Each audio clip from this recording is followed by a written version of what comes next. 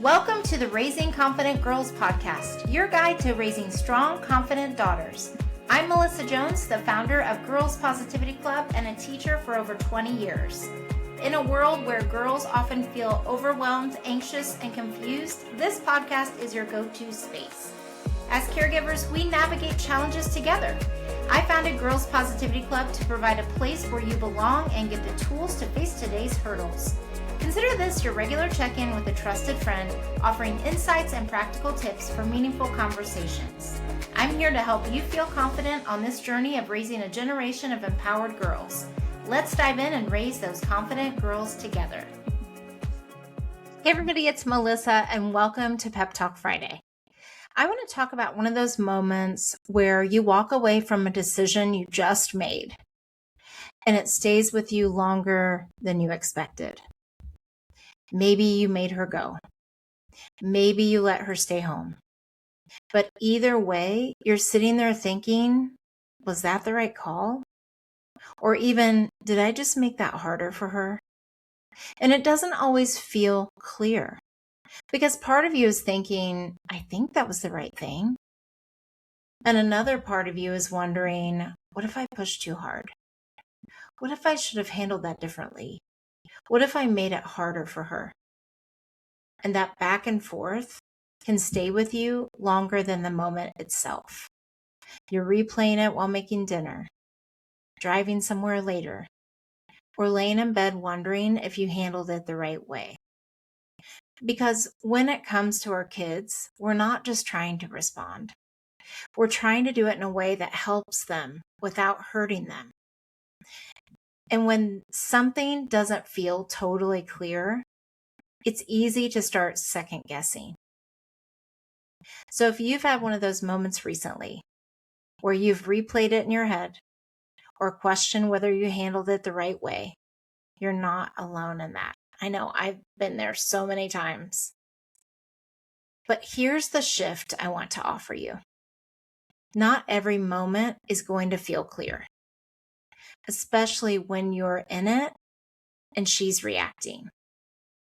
Some decisions only make sense over time because what you're doing as a parent is not just responding to one moment. You're building something over a lot of moments. And that's where this can start to feel different. Because instead of asking, was that the perfect response? A more helpful question becomes, was I thoughtful in that moment? Even if it didn't go the way I hoped. Did I pause? Did I try to understand what was underneath it? Did I respond with intention? And sometimes the answer will be yes, you did. And maybe it goes great and you feel good about that. And other times you may have done all those things and it doesn't go the way you expect. Or maybe you didn't do any of those things. I know I have done the right thing and said the right thing, and I've done the complete opposite too. But here's what I want you to remember. Those things matter more than getting the outcome exactly right. Just being reflective about it. Asking yourself later, did I pause?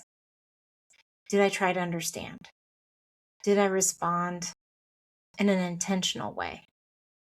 And I know it can still feel uncomfortable when she's upset, when she doesn't like the decision, when it doesn't go smoothly. But that doesn't mean you made it harder for her. Sometimes growth doesn't feel good while it's happening. And sometimes what helps her most isn't that everything feels good in the moment. It's that she has you there, steady, even when it doesn't. And if you feel that urge to go back and fix it afterward, you don't have to undo the decision. You can reconnect instead. That might sound like, hey, I know that didn't feel great earlier, or hey, I know that didn't come out the way that I had hoped it did. Or I've been thinking about that and I know that was hard. Or even, I'm still here with you, even if we don't see it in the same way. not changing what happened. And believe me, I'm a big believer in repair, but sometimes you just feel that urge. Even if it does go well, but it just doesn't go the way you expect, or even if it starts rocky and then goes okay and you're just unsure, I always like to do a check-in, because you're not changing what happened. You're just staying connected through it. And that matters way more than you probably realize. And a lot of times they're doing the same thing. They say things in the wrong way, or, they're defensive, or they don't know how to say it and they feel frustrated. And a lot of times when I've gone back and just tried to reconnect after maybe a difficult conversation or something didn't go the way that I expected it to, there is more times than not reflection on their side too. And even though they don't always initiate it, they wanted that closure and that reconnect too.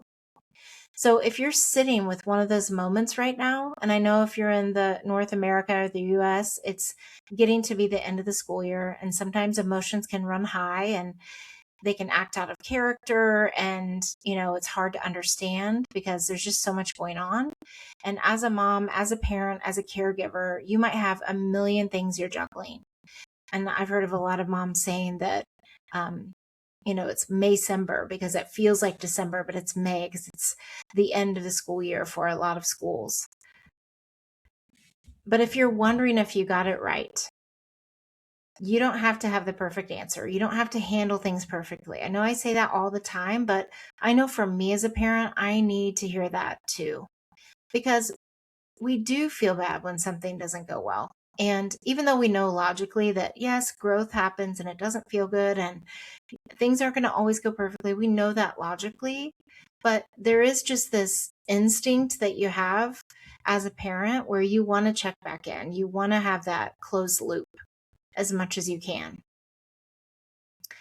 And so the next time you're sitting there replaying it, instead of trying to figure out if you said the right thing, did the right thing, remind yourself you showed up in it. And that's what she's learning from. I hope this is helpful. And believe me, I am right here in it with you. And I'll see you next time. Thanks for joining another empowering episode of the Raising Confident Girls podcast. Share today's insights with caregivers and friends, building beautiful relationships with strong girls. Hit subscribe so you never miss an episode. We're not just a podcast, we're a community. Follow Girls Positivity Club on social media for more empowering content on Instagram, Facebook, TikTok, and YouTube. This podcast empowers you, supporting incredible girls. Let's create strong, beautiful relationships with the girls in our lives. I appreciate you listening today. Stay confident, stay connected. Until next time, keep raising those confident girls. You've got this.